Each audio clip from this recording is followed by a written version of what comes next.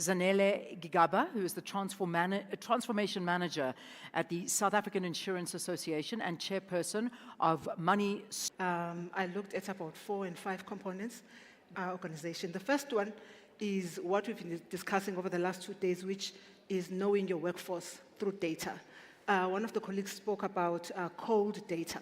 So that is segmenting your data into your newly employed, those who are nearing retirement, and also other various generations. The second one is, so now the first one, remember, is knowing your employee. The second one is understanding your employee. Now, I don't think we've got enough of that data internally. And also, I wouldn't encourage people to go and do surveys. Data is available externally. Research data, peer-reviewed data. For instance, one example is on the Gen Zs and the millennials. There's data by one of the credit bureaus that talks about their engagement with credits and who's struggling and what types of credit products they buy. So there's data that's available out there that you can take and impose or layer over your own workforce to see this group of employees, exactly what type of engagements do they have. The third one is understanding the environment within which your employees live, the context of your employees. Now, I'm going to just give an example of understanding. That is now the external environment that's impacting your employees. One of them is the economy.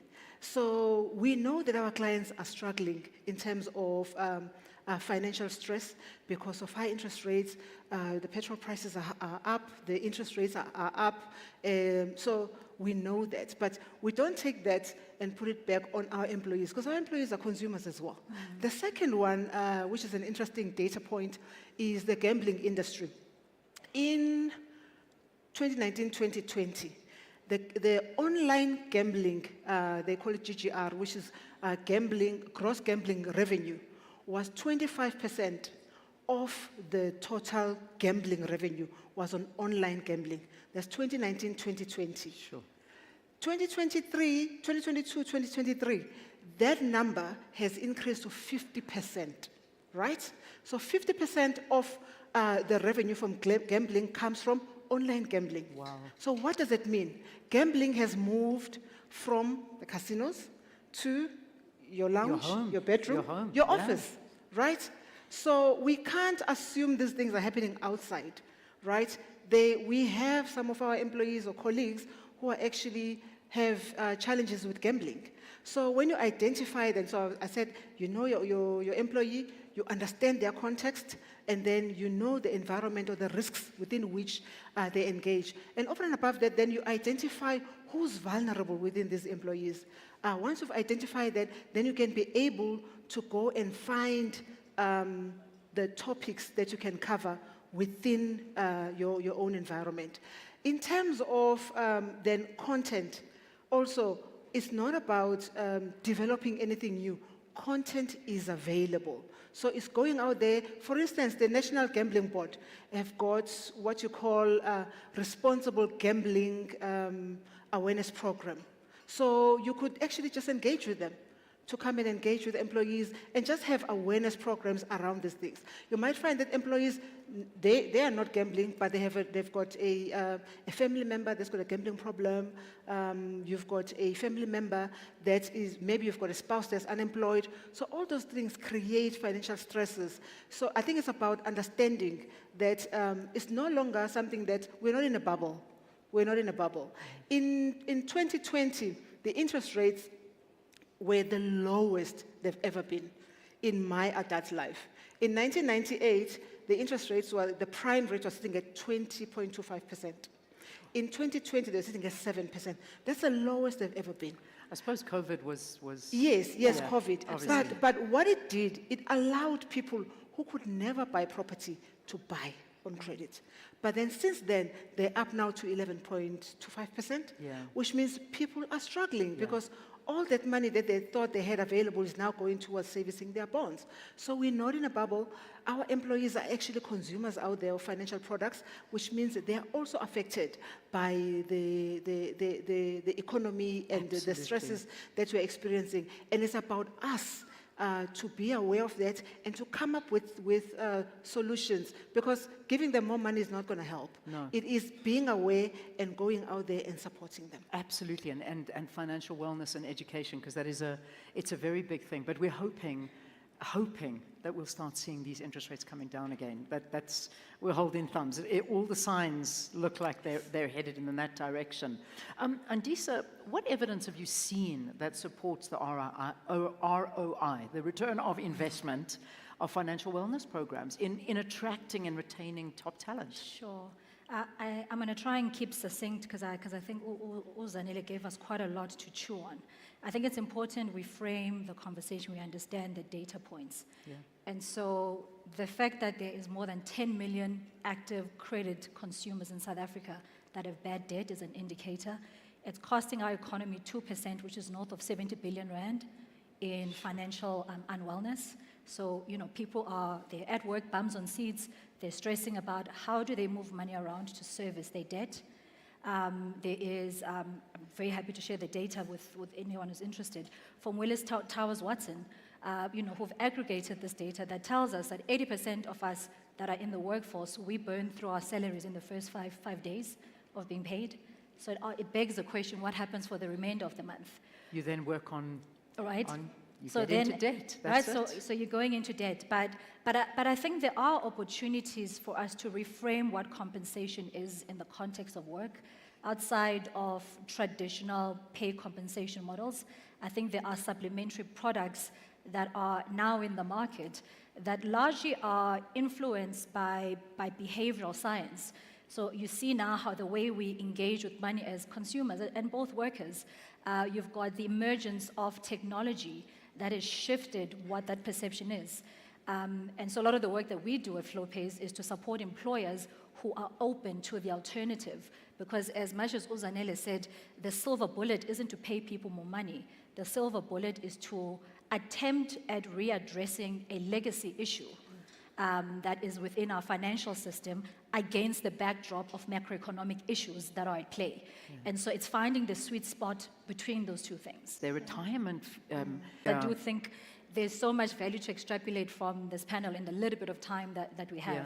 I mean, that is a whole separate elephant on its own. And a big one, talking about elephants. You see? That's it. I'm telling you, you guys must... Not intended, Leanne. How is that to move it in and move like it into the human element, not elephant? But I mean, it's a big thing, Elon. I mean, let's talk to financial wellness initiatives, and have they become focal employee benefits program points? Is that just the way it is at the moment? Yeah, so I think it's important to recognize that as South Africa, we're quite far behind when it comes to looking at ensuring that organizations have financial wellness programs that actually speak to the needs of employees. And so it's becoming a focal point because if you think about it, employees spend so much of their time at work, right? And in spending so much of their time at work, you find that more than 70% of employees are actually spending their time focused on financial stresses. Because as Andisa mentioned, employees are spending their salary within the first 5 days of them being paid. And so what's happening in the rest of the month is you're so focused on trying to get access to additional financing that you're not productive in the workplace. You are likely not coming to work, right? Because you either don't have transport for taxi fare or the Uber or petrol. And so it's important that organizations change the focus from just being focused on productivity, that they need to now understand what are the key drivers of productivity. And one of the key drivers is mental wellness and overall wellness. And we know from statistics and research that a large portion of employees who experience mental unwellness is as a result of their financial struggles that they're experiencing.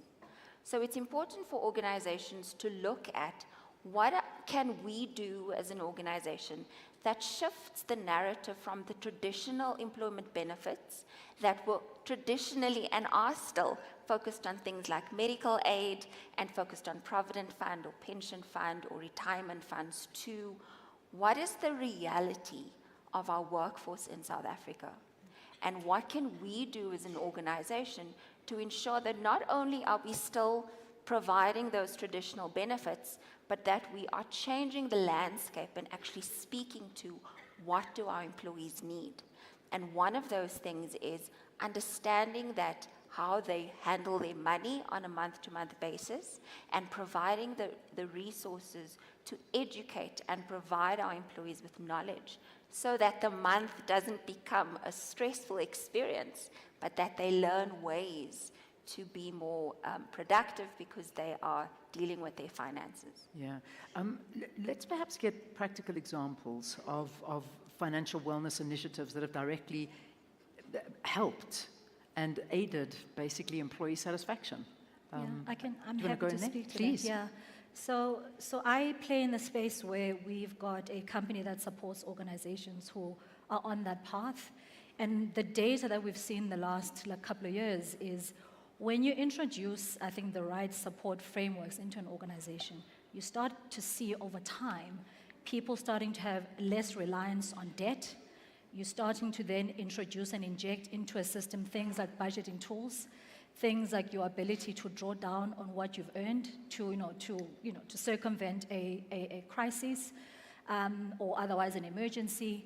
And we do this because I think it's important to disrupt the informal lending space that keeps sinking our people deeper into these debt cycles because of the exorbitant interest rates, because you are at the mercy of that they're able to save. Because I think you alluded to this fact, Leanne, what we can't afford as an economy is to have people who 30, 40 years from now will have a heavy reliance on the state. Absolutely. Right? And so we've got to do things in the short term to circumvent around that, whilst we are also then supporting people on putting together the reserves they need when they do decide to exit the workplace and ultimately retire in dignity. Yeah.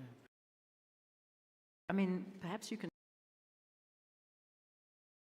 tailoring financial wellness initiatives to meet very diverse demands, because it's not, what I may need is not what, my neighbor needs. They have to be tailored for specific needs. Definitely. So what employers have done very well over the last 10 years is to focus on retirement, for instance, retirement education. But most of the time when that happens, retirement is normally a very far concept until it's here. And when it's here, 15 years to retirement is too late. It's too late to save, right? But I think employers have done very well in that. So it is about segmenting your employee base, looking at your retirees, which is a good thing, looking at your Gen Zs, for instance, that just started working. How do you ensure that, number one, they know how to read their pay slips, they understand employee benefits? What I've found is there's a lack of focus on employee benefits. About 10 years ago, I had a direct report at my previous employer who passed away. And for the first time, I got to understand that there's money that's going to be paid immediately to the family to be a stopgap. And it was good money. I think it was about 200,000 rand. After that, the balance. It was the first time I actually understood, this is how my employee benefits works, right? So also just looking at the journey where your employee is. The other thing also is employees go through personal journeys. Yeah. People get married, they have children, a spouse passes away. Those things are teachable moments where maybe an organization can use. Instead of hosting a baby shower, allow the colleagues to do that.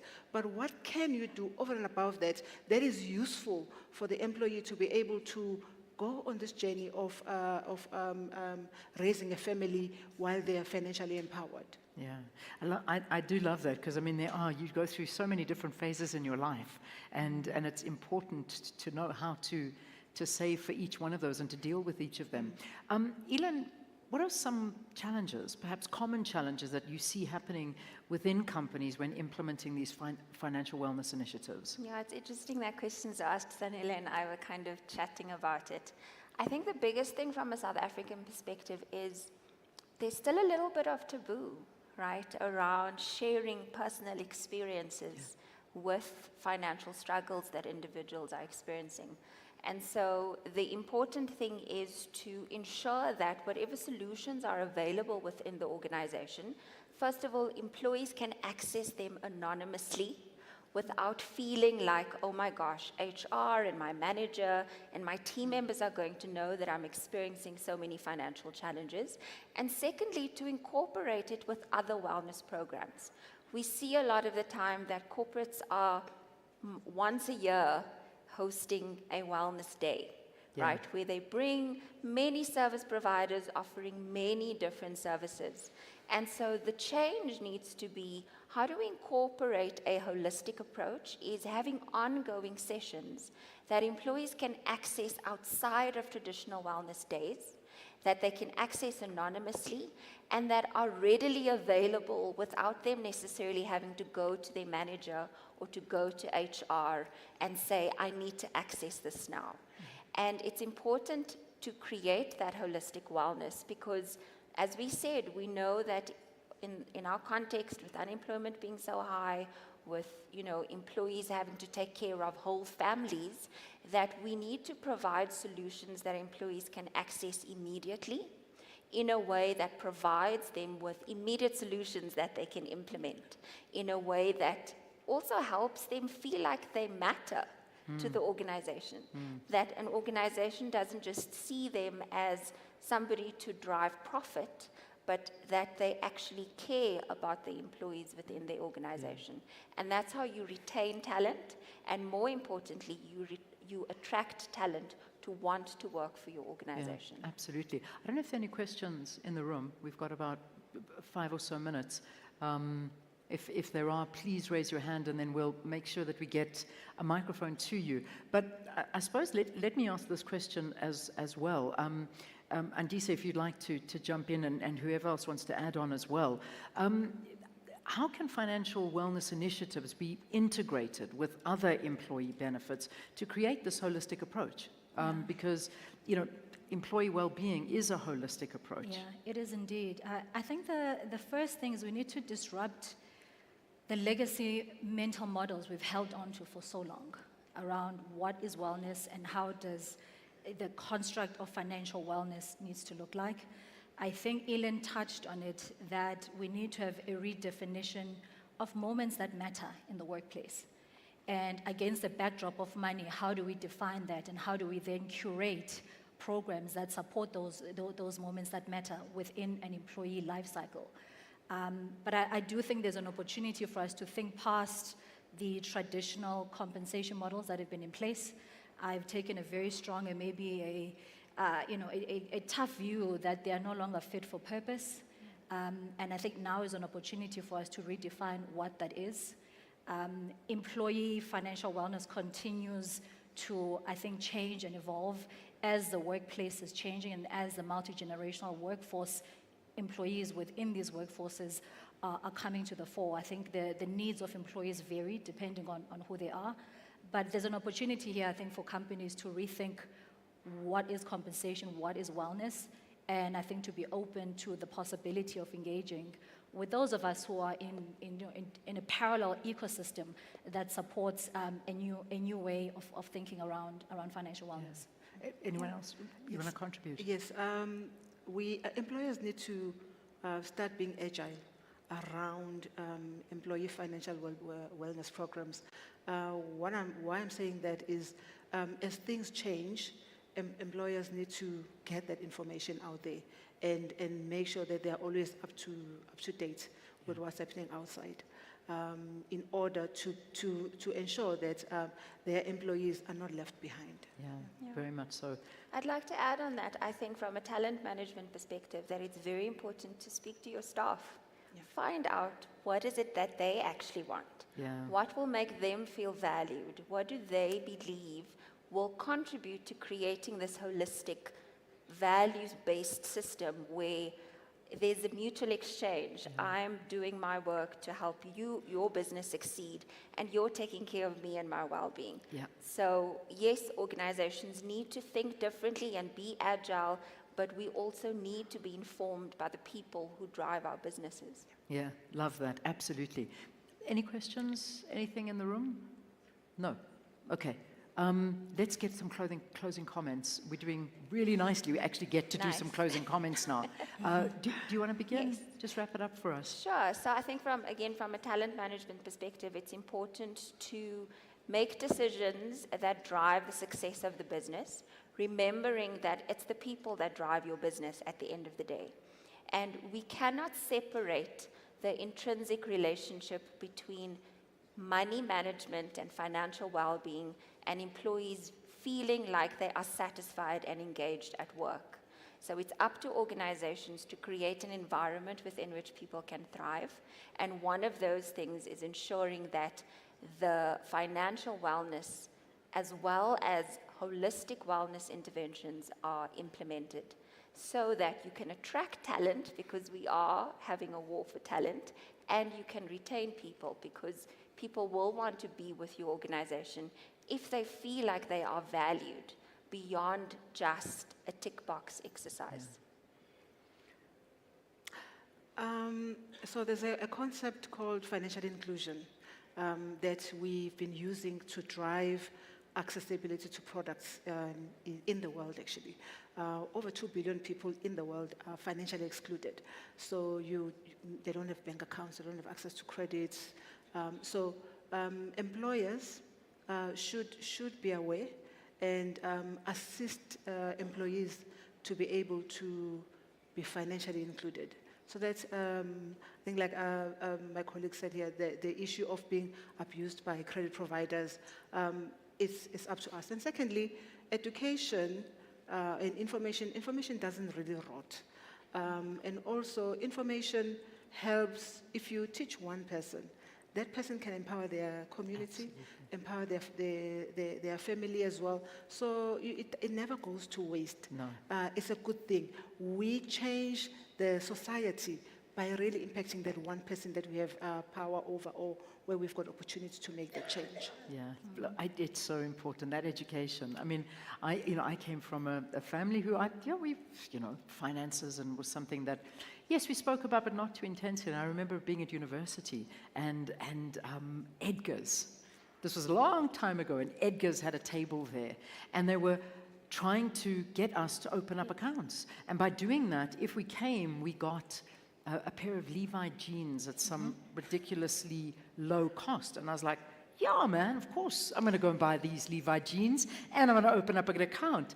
Boy, did I get into trouble. It was a big problem, because I just thought, well, I'm just going to get these jeans for free now. Now I've got a card, and I don't have to pay it off. But, if you realize very, very quickly what having a bad credit record does. You're not going to get a job. You're going to be drowning for the rest of your life, changing your number 1,000 times. It's a terrible, terrible place to be. So you're right about that education. It does get passed down, and you need that. Sorry, I diverse. No, it's fine. Go for it, Andisa. Wrap it up for us.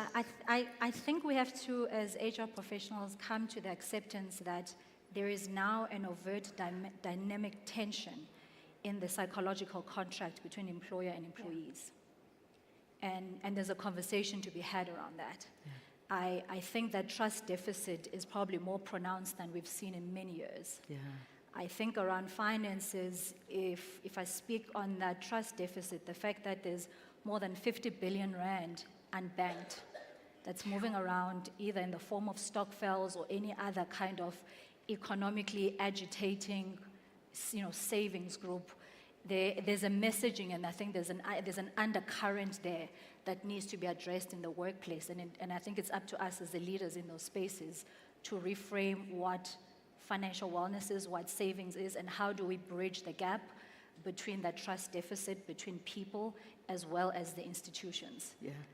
And it's not getting any better. And so I think that the quicker we understand that, and the quicker I think we accept the role that is an extension of who we are in this fraternity, and that is we shoulder so much of that responsibility to morally do the right thing.